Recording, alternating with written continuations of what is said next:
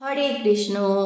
আজকের এই ভিডিওতে আমরা সর্বপাপ বিনাশিনী, পুণ্যফল প্রদানকারী ও মুক্তি প্রদানকারী উত্থান একাদশী ব্রতের মাহাত্ম্য কথা আলোচনা করব এবং ভিডিওর শেষে দেশের বিভিন্ন স্থানের পালনের সময়সূচি প্রদান করব।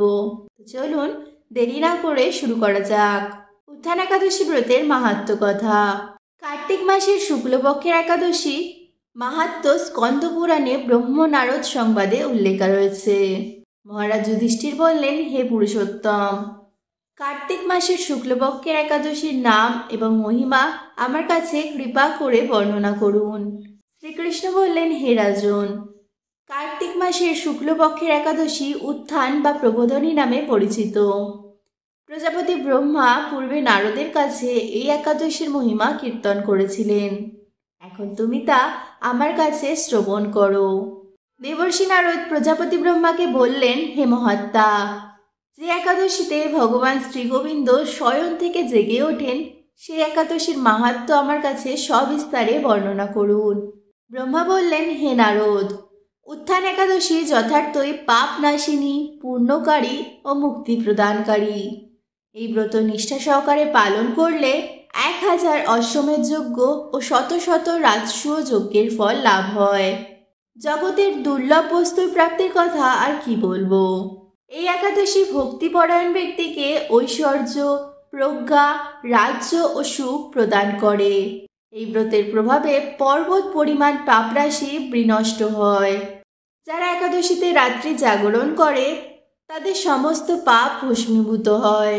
শ্রেষ্ঠ মুনিগণ তপস্যার দ্বারা যে ফল লাভ করেন এই ব্রতের উপবাসে তা পাওয়া যায়।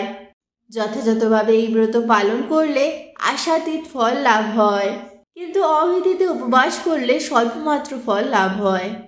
যারা এই একাদশীর ধ্যান করেন তাদের পূর্বপুরুষেরা স্বর্গে আনন্দে বাস করেন। এই একাদশী উপবাসের ফলে ব্রহ্ম হত্যাজনিত ভয়ঙ্কর নরক যাতনা থেকেও নিস্তার পেয়ে বৈকুণ্ঠ লাভ হয়।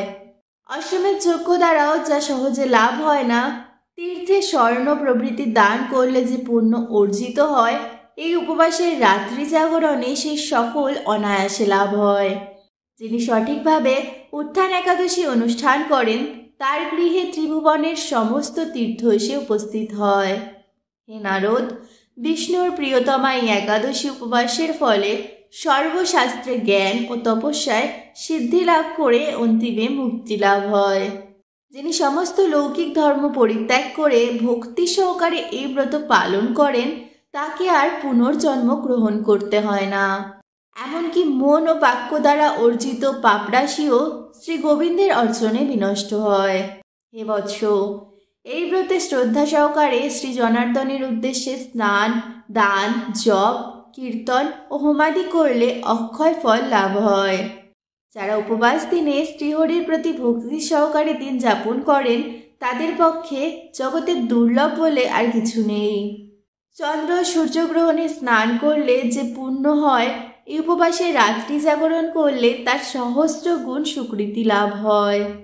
তীর্থে স্নান, দান, জপ, হোম, ধ্যান আদির ফলে যে পুণ্য সঞ্চিত হয়, উত্থান একাদশী পালন না করলে সে সমস্ত নিষ্ফল হয়ে যায়। হে নারদ, শ্রী হরিবাসরে শ্রী জনার্দনের পূজা বিশেষ ভক্তি সহকারে করবে, তা না হলে শত জন্মার্জিত পুণ্য বিফল হয়। হে বৎস, যিনি কার্তিক মাসে সর্বদা ভাগবত শাস্ত্রাদি অধ্যয়ন করেন তিনি সর্বপাপ মুক্ত হয়ে সমস্ত যজ্ঞের ফল লাভ করেন। ভগবান হরিভক্তিমূলক শাস্ত্র পাঠে অত্যন্ত সন্তুষ্ট হন, কিন্তু দান, জপ, যজ্ঞাদি দ্বারা তেমন প্রীত হন না। এই মাসে শ্রী বিষ্ণুর নাম, গুণ, রূপ, লীলাদি শ্রবণ, কীর্তন অথবা শ্রীমদ্ ভাগবত আদি শাস্ত্রগ্রন্থ পাঠের ফলে শত শত গোদানের ফল লাভ করা যায়। অতএব হে মুনিবর, কার্তিক মাসে সমস্ত গৌণ ধর্ম বর্জন করে শ্রী কেশবের সামনে হরিকথা শ্রবণ কীর্তন করা কর্তব্য।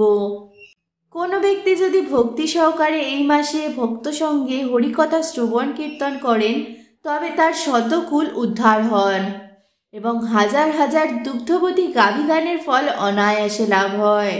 এই মাসে পবিত্রভাবে শ্রী বিষ্ণুর রূপ গুণাদি শ্রবণ কীর্তনে দিন যাপন করলে তার আর পুনর্জন্ম হবে না।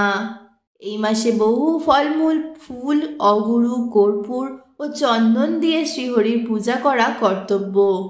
সমস্ত তীর্থ ভ্রমণ করলে যে পুণ্য হয়, উত্থান একাদশীতে শ্রীকৃষ্ণ পাদপদ্মে অর্ঘ্য প্রদানে তার কোটি গুণ সুকৃতি লাভ হয়।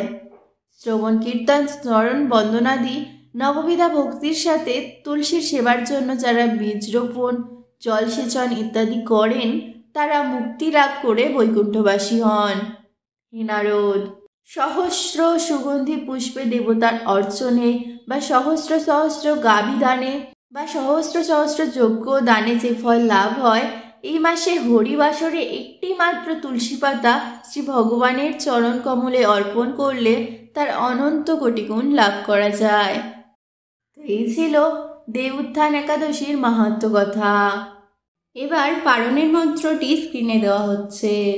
এই মন্ত্রটি বলে একাদশীর পর দিন অর্থাৎ দ্বাদশীর দিন পারণ সম্পন্ন করবেন। এবার আমরা দেশের বিভিন্ন স্থানের পারণের সময়সূচি প্রদান করছি।